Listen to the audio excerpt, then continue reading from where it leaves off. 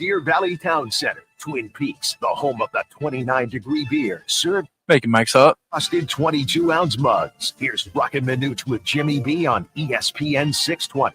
All right, coming off an incredible college football season with the Buckeyes taking the title. Now we're in spring, and there's some changes. The biggest, the pending introduction of the revenue-sharing model with the players. That'll begin in the fall.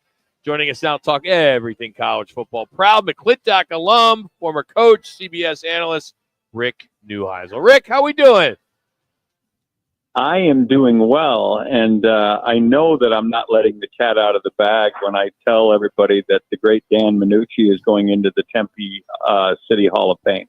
I just got word on that from Don Bocci, who recruited you to Kansas State, and I'm just sending along my hearty congratulations. Well, thank you so much, Rick. I appreciate it. I asked them, did they run out of people to put in? I mean, they put me in. I mean, how'd that happen? All I know is you're in, and you deserve it. Thank you. Awesome. Congratulations, my Honestly, Rick, I've been his partner for 20 years, and this is news. So thank you for sharing that. I can't think of a better person to make that public on our show. I agree. So thank you. Thank you, Rick. I really Wow. appreciate it. Minucci would never tell you. He'd never tell you. Yeah. He's so selfless, right? Yeah. So we got to make sure that the world knows that Dan Minucci was a star back in the day, wearing red and blue for the McClintock Chargers. Well, So, Coach, will there be like buy one get one tickets for tables? How many tables do I need to sell? Actually, the Minucci family has bought out all the tickets. There's absolutely no room left. Is it BYOB? That's right. And I will be styling in the red and blue, Rick, just so you know. And speaking of McClintock Chargers, I don't want to age you because you're just a few years behind me. We're celebrating our 50-year class reunion a week from Friday. Not to age or anything, Rick, but Charger Pride will be going strong a week from Friday for 50 years. It's incredible how fast it goes. Yeah, I'm 29 is my 50th year, and we're heading down the barrel at that. So I hope I'm around in 4 years. But yeah, time goes fast. But the days of McClintock Charger lore live in big time stead with Dan Minucci. That's a Thank fact. you. I Good appreciate stuff. that. Coach, a lot of changes in college football. Let's start with some of these schools deciding, hey, we're not going to do spring practices. How do you feel about that? You know, it's a shame, but it's a byproduct of just not having any foresight. The powers that be that ran college athletics for some time, and this goes all the way back to 1984 when both Georgia and Oklahoma became the named plaintiffs trying to get their television rights away from the NCAA, saying that each of the schools should own their own television rights. And they won that in the Supreme Court ruling. And then they quickly ceded those rights, gave them away to their respective conferences. And the conferences went out and made deals, and that's exactly where we are. And all of a sudden, as television, and the advertisers realize the gold of athletics because you have to watch it in real time, they realized that this was a absolutely golden goose. And they didn't, as time went on and they started building lavish facilities and, having these stadium renovations that to beat the band and spend all kinds of money on proliferating, athletic departments and personnel, they didn't change the numbers for the players. The scholarship didn't go up commensurate with the television revenue. And when that happens, all of a sudden the people who, count dollars started saying, you know what, this isn't right. And that went to another Supreme Court case, this time the Alston case. And that case ends up saying that you can't do this anymore. You have to let the players play. Well, the first thing that they said they could give the players that they hadn't been giving them in the past was their eligibility and their ability to transfer. So they said, okay, you guys can transfer whenever you want, because that didn't cost the NCAA anything. But when you did that and accompanied that with name, image, and likeness, which was the next thing down the pike, now all of a sudden you have a free-for-all because it's absolute free agency. It's anarchy. Anybody can go anywhere for $1. And all these spring practices, when you put your team out there and you have a spring game, which is televised because the television people are paying for it, now all of a sudden any team in the country can watch that and say, I want that left tackle. I want that right guard. I want that wide receiver. And they can get on the phone and call them, and they call it tampering, but no one ever gets turned in for it. And at the end of the day, we have complete lawlessness.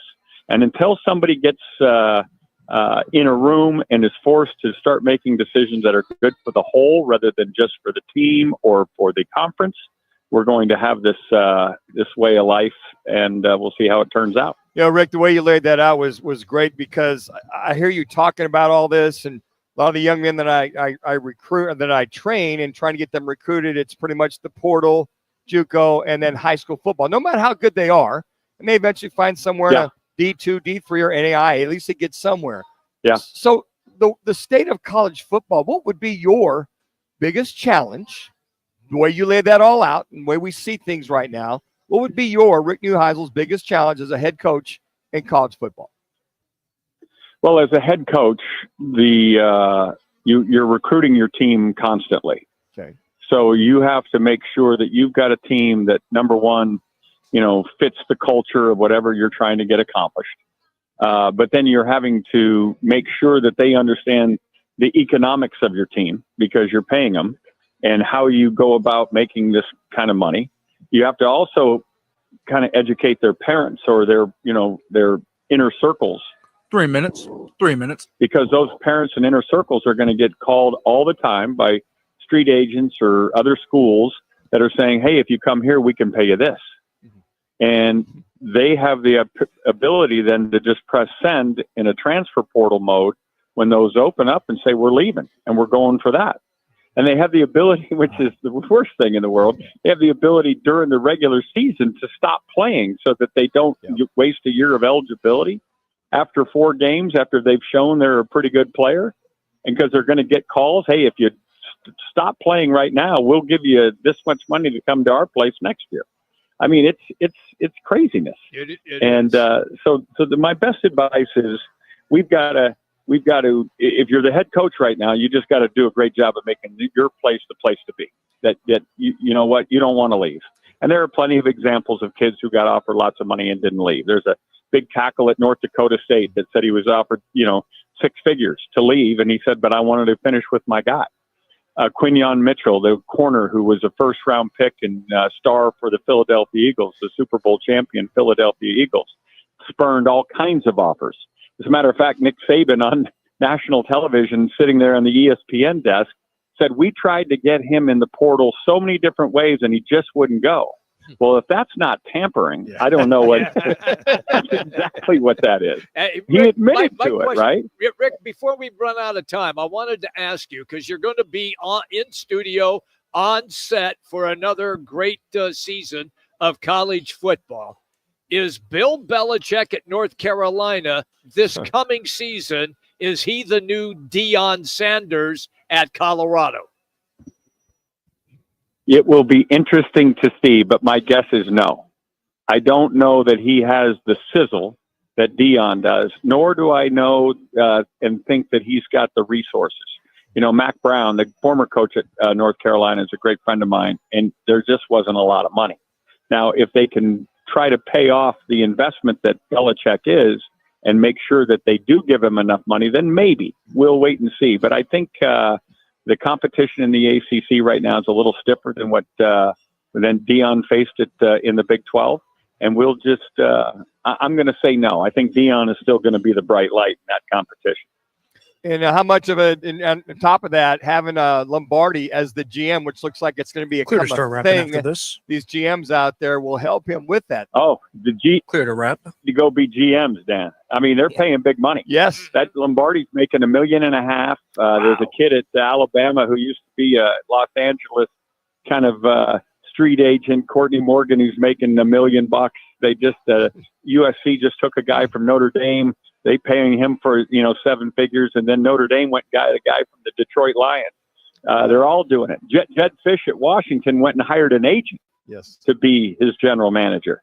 So it's a crazy world out there. But one thing I will tell you, there'll be great college football again in 2025. Oh, you got that right. Rick, again, thank you for making that announcement public on our Thank you, show. Rick. Appreciate that. And we hope we'll Hall of Famer. Yep. Hall of Famer. Don't we have some trumpets or some music in the background here? Hail to the chief or something like that. We joke about how big his nose is. Now his head is going to be just as big. So Congratulations again, Moose. Thank you, Rick. I appreciate that. Coming from you, I really All right, appreciate that. that's the great Rick Neuheisel here on Rockin' Manooch with Jimmy B, ESPN 620. We'll talk about that next because I didn't know about this. This is ESPN 620.